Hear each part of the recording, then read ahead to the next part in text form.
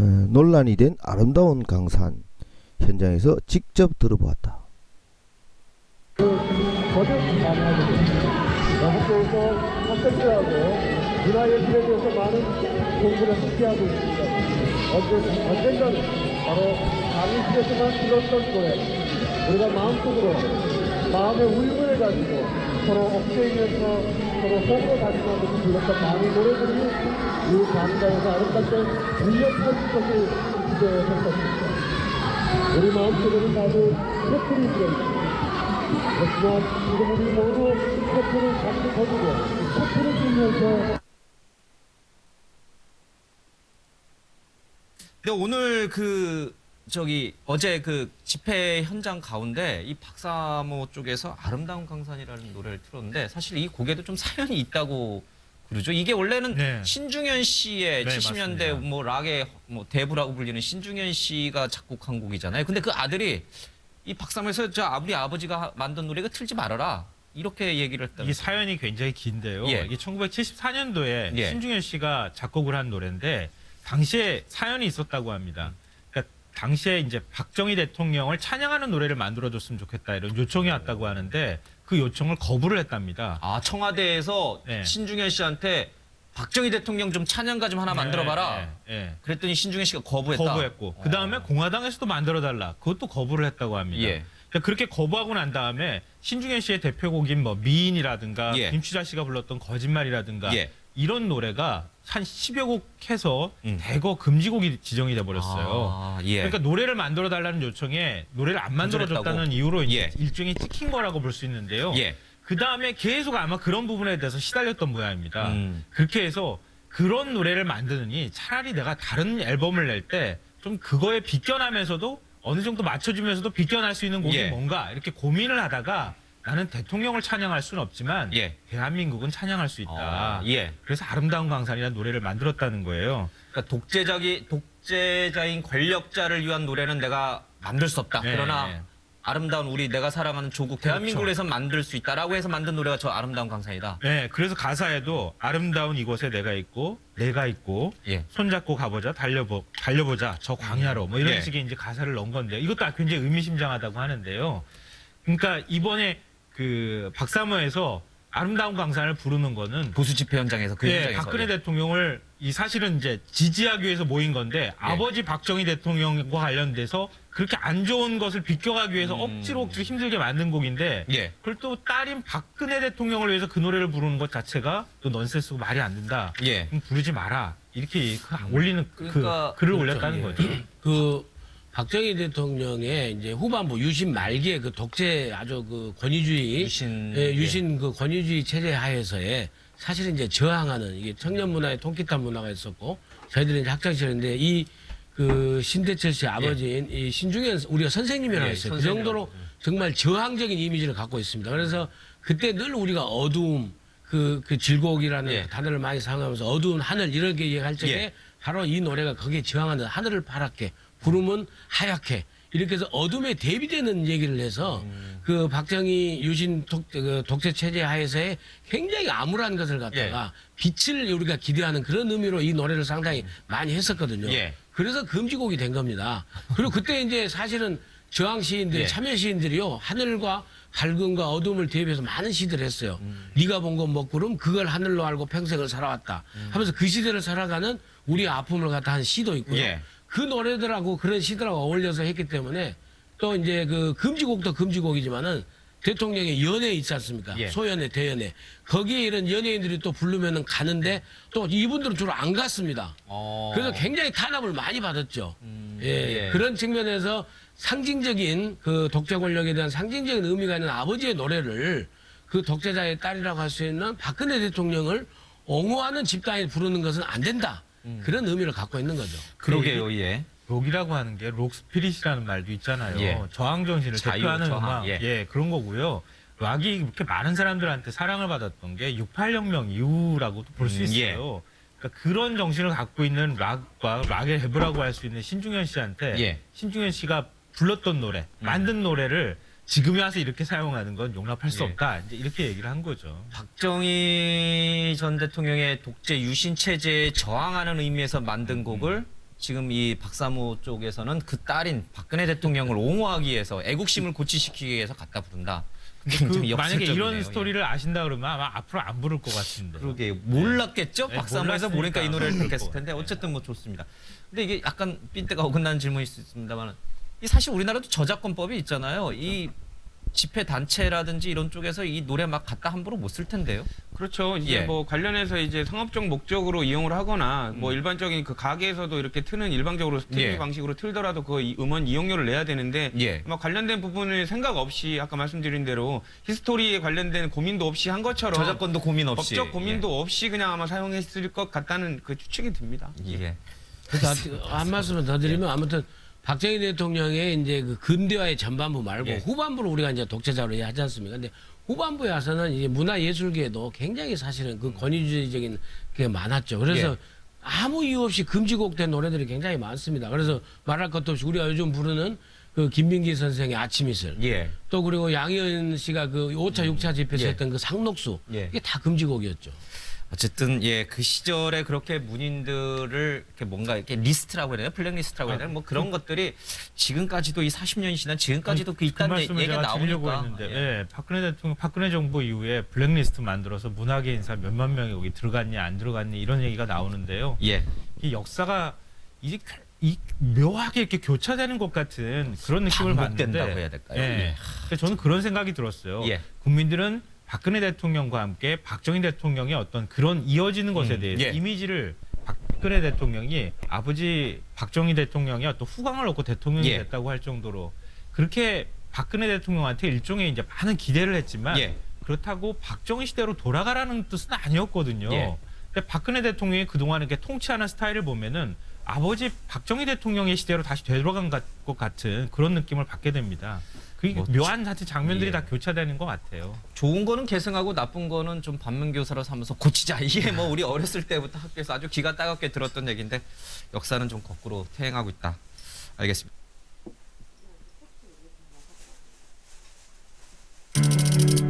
오늘은 추억까지 담아내는 아날로그 감성의 카메라를 만들어 볼게요.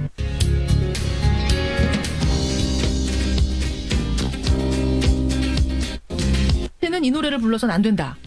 기가 찬 광경이다. 근데 요즘 이 노래가 박 대통령 탄핵에 반대하는 보수단체들의 집회에 자주 쓰이고 있습니다. 그러자 신중현 씨의 장남이자 기타리스트인 신대철 씨가 보수단체는 이 노래를 불러서는 안 된다. 기가 찬 광경이다. 이렇게 주장하면서 주말 내내 큰 화제가 됐습니다.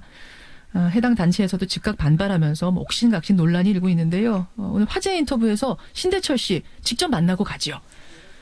신대철 씨 안녕하세요. 네, 안녕하세요. 예, 지난 토요일에 SNS에다 올리신 거죠? 네, 예. 그렇습니다. 박사모나 어버이 연합은 아름다운 강산 불러선 안 된다. 왜 안 됩니까? 왜 안 된다고 생각하세요? 그러니까 그 노래가 만들어진 배경과 예. 그 유래를 아마 잘 모르시고 그렇게 하신 것 같은데, 예, 이게 그냥 나온 노래가 아니고요. 예. 예전 이제 유신 시대에 그 어떤 그 시대의 상황, 시대가 뭐 작품을 만들기도 하잖아요. 그렇죠. 그 시대의 어떤 걸 하나의 일종의 저항으로서 만든 노래인데 그 노래를 지금 그쪽에서 부르신다는 게 참 뭐 안 맞잖아요, 뭐가 좀. 그러니까 박정희 정권에 대항해서 박정희 독재 끝내라, 박정희 찬양 그만하라라고 만든 노래를 그것도 모르고 박정희 대통령의 딸을 옹호하는 집회에서 쓰이고 있는 게 좀 아이러니다. 아니 뭐 그 노래가 뭐 꼭 굳이 그렇게까지 해석할 필요는 없는데요. 예. 당시에 이제 어떤 일이 있었냐면은 이제 당시 이제 박정희 대통령 측에서 청와대라고 하면서 전화가 왔었다고 해요, 아버지한테. 아버지한테. 네, 그런데 이제 거기서 이제 얘기한 내용이 뭐냐면은 이제 예. 정권 찬양가 내지 이제 박정희 찬양가를 만들어 달라. 이제 이런 제안을 했던 거죠. 신중현 씨한테 박정희 네네. 찬양가를 만들어 달라. 네네. 그런데 이제 아버지는 이제 그걸 거절을 했었고요. 그러자 또 재차 또 전화가 와서 이번엔 또 공화당이라고 하면서 전화가 왔었다고 그래요. 근데 이제 그때도 이제 또 거절을 했었는데. 거절을 하시고. 예. 근데 이제 그쪽에서 말씀하시는 게 이제 이걸 안 하면 다친다. 뭐 이런 식으로 이제 약간 위협, 압박성의 어떤 그런 말도 했던 것 같아요. 실제로 거절한 후에 진짜 다치는 일, 핍박받는 일이 있었어요. 네, 뭐 실제로 이제 음악 아버지가 작곡하셨던 곡들이 이제 금지곡 줄줄이 이제 금지곡이에요. 줄줄이 금지곡. 네. 사실은 거의 모든 노래가 금지곡 아니었습니까 그 당시에? 처음부터 그런 건 아니었고요. 네. 이제 그 일 이후에 예. 이제 그러니까 미인이라는 곡이 이제 그때 대표적으로 굉장히 이제 히트했던 노래인데 그 노래 갑자기 이제 전혀 이해할 수 없는 사유로 이제 금지곡이 되고요. 그래요, 그래요. 그 당시에 뭐 그런 일이 한두 개가 아니었지만은 네. 그랬었죠. 네. 신대철 그리고- 씨가 사실 그때 이제 어린 시절인데 그 고생했던 게 다 기억이 나세요? 그럼요. 어. 제가 이제 초등학생이었고요. 이제 뭐 아버지보다 이제 어머니가 굉장히 고생을 많이 하셨죠. 어머니가 아이 그 찬양곡 하나 그럼 좀 써주지 그걸 안 써줘서 이렇게 핍박 이런 하소연도 하시고. 이제 그걸 이제 나중에 이제 아버지가 이제 말씀을 하시더라고요.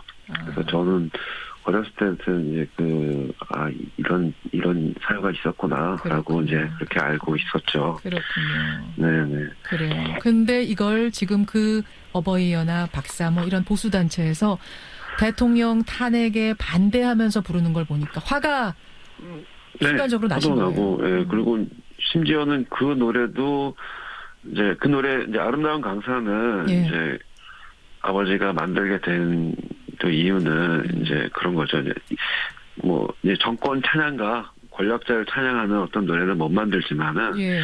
이제 우리가 살고 있는 이 땅, 이 강산, 아름다운 강산에 대해서 예, 그 예. 찬양하는 노래는 만들 수 있다라고 이제 그렇게 만드신 거예요. 아하. 근데 심지어는 그 노래조차도 그 유신 정권 내에서 금지곡이 됐다는 거죠. 아름다운 강산도 금지곡이었어요? 네네. 아 금지할 게 뭐가 있다고 그게 금지곡. 그러니까요. 그게 야. 참 신기한 일이죠. 그랬던 곡이군요. 그걸 부르는 걸 용납할 수 없다. 네, 참 이상하지 않습니까? 이거- 전혀 어울리지 않은 거라서. 신중현 선생님은 아직 이 뉴스 뭐 아실지 모르겠어요. 제가 아마 아시겠죠. 아실까요? 저는 사실 그냥 그 지난 토요일 날 예. 방송 TV를 보니까 이제 그 장면을 목격을 하고 예, 제가 예. 바로 그 글을 썼거든요. 그러셨죠. 그래서 뭐 이제 아버지하고 그거에 대해서 얘기는 하지 않았어요. 아버지가 이 사실을 알면 뭐라고 네. 글쎄요. 저도 궁금하긴 한데요. 예, 네. 예. 한번 여쭤봐야죠. 뭐. 네. 네, 아버지는 굉장히 이제 또 항상 중도를 지켜라. 이런 말씀을 너도 위협을 다친다. 조심해라 이러실까요? 알겠습니다. 신대철 씨 지금 만나고 있습니다. 근데 제가 오늘 이제 보수 쪽 분들이 안 나오셨으니까 반론을 하자면 네. 또 노래란 거는 작곡가나 가수가 발표하고 나면 이걸 어떻게 해석하고 어떻게 사용할지는 철저히 대중의 목 아니냐 이렇게 얘기할 수 있거든요. 그럴 수 있죠. 그럴 수 있는데 이제 그 박사모 분들이 예, 뭐 아침 인사 같은 노래는 안 하실 거 아니에요. 안 하죠. 예. 그렇죠. 그 배경을 아니까 안 하시는 거잖아요. 아하. 그러니까 아름다운 강산도 배경을 알지만 안 하실 거예요. 아마 배경을 분들이. 알면 배경 알면 안 하는 것이 어떻게 보면 노래에 대한 예의라고 생각하세요? 뭐 그렇기도 하고요. 그 전혀 어울리지가 않아서. 전혀 어울리지 않아서. 예, 이거는 뭐 어떤 그 예를 들어서 이게 우파의 시각으로 만약에 만들어진 노래다라고 예. 하면 아름다운 조국이라고 했겠죠. 아, 그러니까 아름다운 정권이라고 했든지. 대한민국이나 예, 뭐 아름다운 강산은 이 자연을 얘기하는 거잖아요. 그러네요. 뭐 정권이 예. 있기도 전에 훨씬 기존에 존재했던 어떤 그런 것들 그런 우리의 어떤 삶의 배경을 예. 그렇게 아름답게 표현하고자 했던 그런 노래인데 알겠습니다. 네. 예. 8차까지 지금 촛불 집회했는데 언제 한번 나가서 제대로 연주해주겠다 이러셨어요? 언제 나가실래요? 안 그래도 이제 그 촛불 집회 집행부 쪽에서 연락이 와가지고요. 예, 예. 그 말씀하시더라고요. 그래서 뭐 좋다고 저는 그래서 뭐 말일날 이제 큰 집회를 또 하신다고. 말일날 굉장히 큰 집회가 있는데 그때 나가시는군요. 네, 아마도 그때 하게 될 것 같아요. 알겠습니다. 제대로 된 버전 한번 제대로 들려주세요. 네, 감사합니다. 여기까지 말씀 듣죠. 신대철 씨 고맙습니다. 네, 고맙습니다. 그리고 이 노래를 우리가 듣고 가야겠네요. 신중현과 뮤직 파워 아름다운 강산. 아름다운 강산 예, 여기 아름다운 강산이에요. 우리가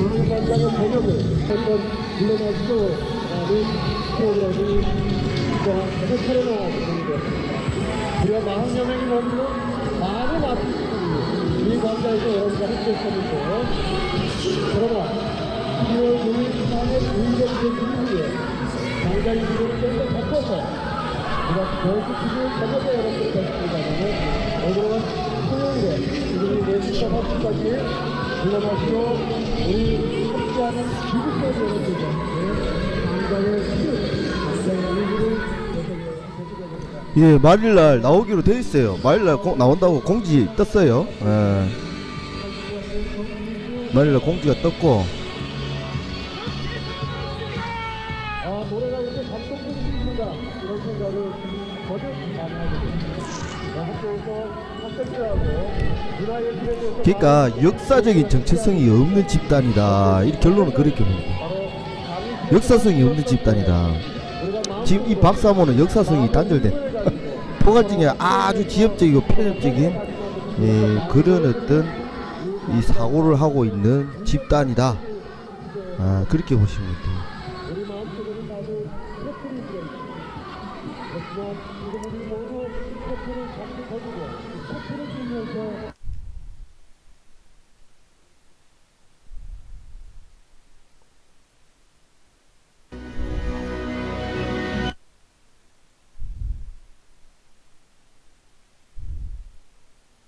자, 요거는 다른 이야기니까 조금 이따가 하기로 하고.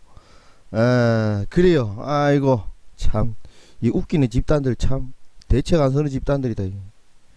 이 박사모 또는 이렇게 박근혜를 추종하는 사람들, 이 사람들의 정체성, 사고성, 이데올로기, 관점, 정체성 뭐 이런 이야기를 약간 하고자 하는 건데요.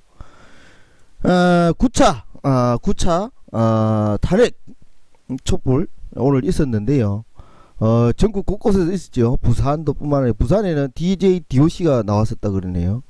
그 외에 뭐 전국적으로 뭐 집회가 여러 것이 있었는데, 어쨌든 박사모 맞불 집회가 계속해서 이렇게 전국적으로 조직되고 있는데, 일단은 서울에 집중되어 있고 부산 이런 데서는 조금 박사모 이런 쪽에 좀 힘이 좀 약해요. 약할 수밖에 없는 게, 부산 사람 또 성질이 또 더러워갖고 좀 서로 부딪히갖고 만약에 이 싸움이 났다 그러면은 좀 시기 싸울 것 같아. 그래갖고 부산은 그 촛불 맞불 관련해가지고 뭐 크게 뭐 저한테 제가 알고 있는 거 별로 없어요. 좀 크게 뭔가 난리 났다 하면 연락이 올 낀데 그런 연락이 없어. 그런 거 보니까 부산은 그나마 좀 낫다라고 제가 막연하게 느끼는 거거든요. 근데 오늘도 역시 마찬가지로 이 박사모에 대해서 제가 얼핏 지난번에도 얘기했잖아요. 그들이 왜 꼰대가 됐는가. 꼰대. 자기의 생각들이 무조건 옳다라고 주장 강요하는 집단을, 강요하는 사람들을 우리가 보통 꼰대라고 표현해. 꼰대. 나이가 작고 많고가 아니라 꼰대. 꼰대라는 표현에 대한 정의. 나이가 작고 많고가 아니라 자기의 생각을 고집적으로, 그죠? 강요하는, 상대에게 강요하는 그런 사람들을 자기의 의견을 주장하는 게 아니라 자기 생각을 상대에게 강요하는 걸 바로 꼰대라고 표현해요. 저는 그렇게 이해를, 꼰대라는. 그래서 이런 꼰대들이 왜 박근혜를 옳다, 또는 박근혜의 정통성, 또는 박정희 정통성이 옳다, 정의롭다, 또는 이렇게 국익을 위한 어떤 뭐 선행이다, 선이다 라고 인식하게 되었는가 라는 부분들에 대한 이야기들을 쭉 했었지요. 근데 오늘도 역시나 마찬가지로 전국 각지에서 이런 일이 있을 것이다 했는데, 안 그래도 이런 일들이 많이 있었다라는 영상들이 유튜브에 쭉쭉쭉쭉쭉 올라오고 있어요. 네. 예. 근데 이런 이상한 사고를 가진 사람들이 왜 이상할 수밖에 없느냐. 요게 이제 시대의 정신과 맞물린다. 시대 정신. 즉 그 시대가 그 시대, 즉 우리가 흔히 말하는 노동자 세상 뭐 이래갖고 블루 칼라. 그러니까 한 가지 기술만 있으면 먹고 사는데 지장 없는, 뭔가 특별하진 않지만 그나마 기술을 가지고 있으면 먹고 사는, 즉 그게 흔히들 말하는 블루칼라 시대, 노동자 시대라는 거죠. 블루칼라 시대. 그 시대 이후에는 뭐냐면은 흔히 우리가 말하는 넥타이 부대, 즉 화이트 칼라 시대라는 거죠. 그러니까 몸으로 때우는 먹고 사는 농민, 노동자, 그 뭐 어민 이래서 몸으로 떼서 그냥 이렇게 먹고 사는 이런 형태가 아닌 이제 그런 사람들을 이렇게 지휘하거나 그런 사람들을 머리를 써서 책상에서 서류로 하는 사람, 그것을 바로 우리는 화이트 칼라, 사무직이라 하는, 그래서 화이트 칼라가 인정받는 시대, 화이트 칼라를 존중받는 시대였다는 거죠. 그 다음이 이제 지금 우리가 살고 있는 시대가 바로 골드 칼라 시대, 즉 전문직이다. 그 의사, 검사, 판사, 뭐 이런 변호사, 뭐 이런 사자 돌림이 그 전문직, 전문가, 박사 뭐 이런 것들요. 골드 칼라 시대의 어떤 개념. 자, 그래서 이 꼰대가 어떻게 나타나냐면은 그 시대의 정점을 찍은 자들이죠. 이제 특별하게 크게 대부자가 되거나 아주 자기의 어떤 그 계층 간의 탈피, 계급적 탈피를 가져왔던 사람 말고 그 바로 밑에 한계치에 있는 사람, 즉 노동자로서 블루칼라로서 일정 정도 성공했다, 먹고 살았다. 그래서 거기에 대한 자부심과 긍지를 갖고 있는 사람, 그 시대를 만족하는 사람이라는 거죠. 그 시대를 만족하는 사람. 그런 사람들이 보면은 뭐 돈이 상대적 비교로서 돈을 막 떼부자가 됐다, 많이 잘 산다 이런 개념이 아니더라도, 즉 지금 시대에 보면은 옛날에 내가 노동자로서 저 사우디에 가서 돈 많이 벌었다, 그래서 열심히 잘 살아 우리 애들 잘 키웠다, 요렇게 자부심과 긍지를 가진 사람들, 그 국가에 별 불만이 없죠. 그 국가의 지도력, 영도력, 즉 김일성이가, 김정일이가, 김정은이가 북한 주민들을 먹여 살렸던 그런 영도력처럼 박정희가 영도력을 발휘해 가지고 그 시키는 대로 잘해서 잘 먹고 잘 살아서 별 문제 없이 세상을 살았다. 그런데 왜 세상이 너는 불만이냐 라고 말하는 그런 관점을 가진 게 바로 꼰대 정신의 출발이다, 그런 거예요. 그래서 그런 블루칼라 노동자로서 일정 정도 좋은 직업, 좋은 노동자, 좋은 기술, 그때는 뭐 전자기술 뭐 이런 것들, 그죠? 구두 닦기 기술이 아닌 전자기술, 공장기술, 공장에 있는 엔지니어들, 공장에 있는 뭐 그런 사람들이 우대받던 시절, 자격증 우대 시절, 노동자의 자격증 우대 시절. 자격증이 있으면 옛날에 뭐든 자격증 많았잖아요, 그죠? 그 택시 운전하는 사람, 뭐 자동차 운전하는 사람, 버스 운전하는 사람들도 운전기사님, 엔지니어들이니까, 기계를 다루는 사람들. 그래서 그런 사람들이 존중받던 시대에 그걸로서 수입이 돼서 자식들 잘 키우고 잘 먹고 잘 살았단 말이죠. 그런 사람들의 관점이에요. 그 사람이 그 시대에 정점을 찍은 사람들이라는 거죠. 그 다음에 화이트 칼라, 내가 은행원으로서 일을 했었다, 내가 국가 관공기관에서 화이트 칼라로서 일을 했다, 그래서 자식들을 잘 먹이고 잘 살렸다, 그래서 국가에 대한 불만이 별로 없다, 그러니까 국가가 참 잘했다, 응? 그때는 그렇게 어려웠지만 그래도 참 불평불만 없이 잘 살았다, 이런 개념이에요. 즉 그것이 어떻게 보면은 시킨 대로 잘했기 때문에 잘 먹고 잘 살았다는 이런 개념, 즉 전체주의적 어떤 체제에 길들여져 있는 사람들 이라고 보면 되고요. 긍정적으로 보면은 뭐 잘 먹고 잘 살았다 이거죠. 근데 부정적으로 보면은 시스템, 그 시대가 요구하는, 그때 그 당시 정권, 정치가, 정세가 요구하는 그 시대의 수능에서 그 시대의 정점을 찍고 있는 사람. 지금으로 본다면은 뭐냐, 삼성, 공무원, 그죠? 공무원들, 철밥통이라 그러죠. 철밥통이 공무원들, 전문직들, 이 전문직들이 된 사람은 그나마 세상에 불만 없이 그나마 자기가 받는 페이를 가지고서 일정 정도 그 라운드, 그 부류들하고 잘 먹고 잘 살고 있단 말이지. 그런 사람들은 그다지 박근혜가 대통령이 됐든가 말든가 상관없어. 라인을 잘 탔기 때문에. 그래서 그 시대마다 그 정점을 찍는 사람들이 있다는 거죠. 그들은 이 곡선을 그어 보면은 상층부라는 거예요. 상층부. 그 시대가 요구하고 사는, 그 시대가 요구하는 어떤 생존 수단의 정점을 찍는 사람들.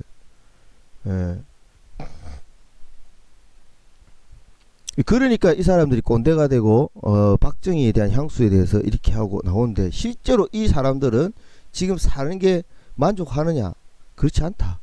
실제로 막 좀 여유롭게 산다라고 볼 수도 있겠지만, 저기 나오는 사람 중에 가난한 자들도 있다. 뼈 빠지게 진짜로 가난한 자들도 있어요.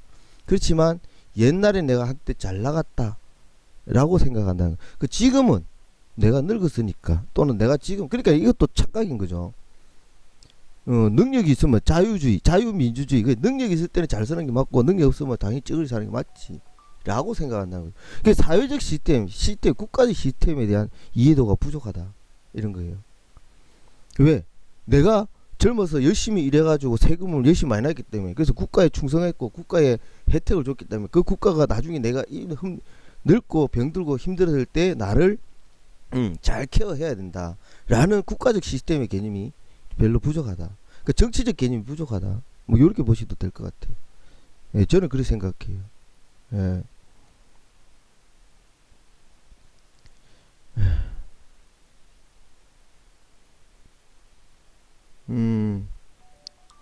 그래서 이런 사람들이 주장하는 꼰대 정신들이 바로 박사모의 일부 정체성들이 아닐까라고 저는 본다는 거죠. 그래서 뭐 그때 당시에 뭐 빨갱이 이렇게 이야기했던 그거하고 동일하게 세상이 불만을 품으면 나라가 어지러우면은 제대로 뭔가 잘 평화롭게 살기 부족해진다, 어지러워진다, 요런 것들이 그다 당시 그랬잖아요, 그죠?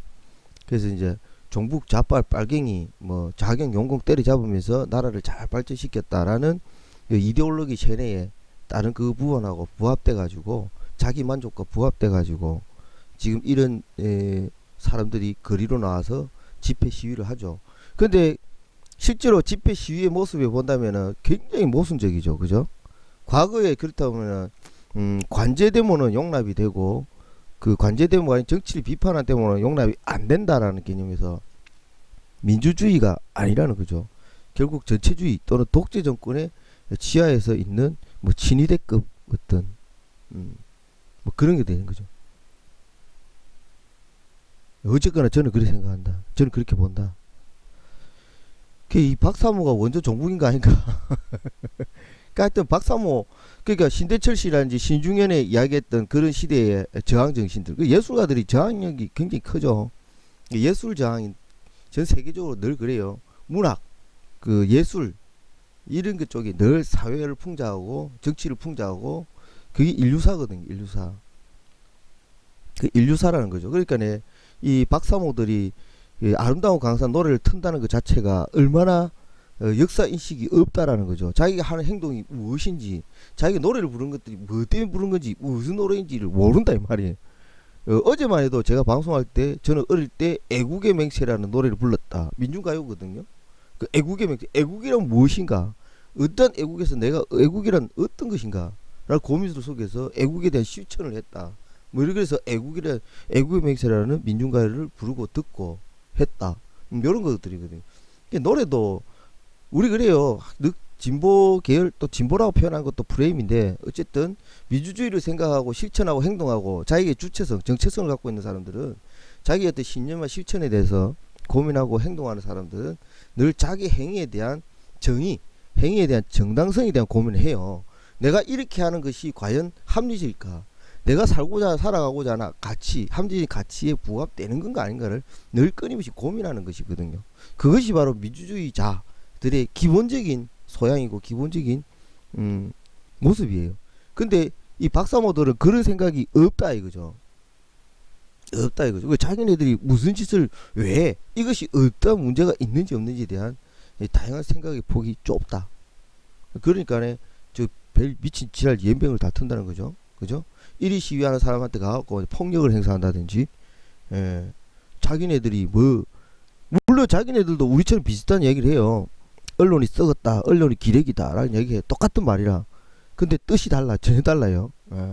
그러니까 이게 우익의 편, 정권의 편, 주도의 편, 권력의 편에 서서 떠들면은 합법이고, 그 권력을 비판하게 되면은 반동 또는 국가의 정체성을 어지럽히는 사람이라는 인식을 가지고 있다. 자기는 이 주도 세력이라는, 자기가 그 보수 또는 기득권이라는 인식을 갖고 있다. 실제로 기득권이라는 마인드가 뭔지는 모르겠지만 그들은 이 세상에 대한민국의 기득권적인 사고를 가지고 있다라고 스스로 착각하고 있는 사람.